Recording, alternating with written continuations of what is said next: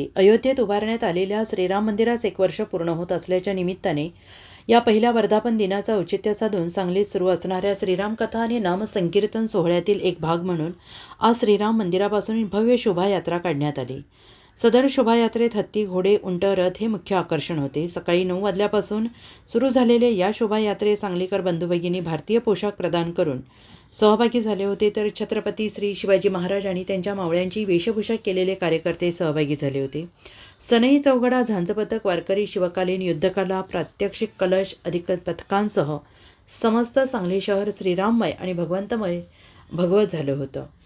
या शोभायात्रेत श्रीराम कथेचे प्रवक्ते हरिभक्त परायण परमपूज्य समाधान महाराज शर्मा, श्रीराम कथा ज्ञान यज्ञाचे यजमान गुलशन कुमार अग्रवाल, अध्यक्ष प्रमोद मालू, विश्वासराव गवळी, कार्याध्यक्ष मनोहर सारडा, स्वागताध्यक्ष मोहन जंगम, रावसाहेब पाटील, रमाकांत घोडके, सचिव लक्ष्मण नवलाई, राहुल डोके पाटील, खजिनदार ओमप्रकाश झवर आदींसह इतरांनी, एक पदाधिकारी आणि हजारो सांगलीकर सहभागी झाले होते.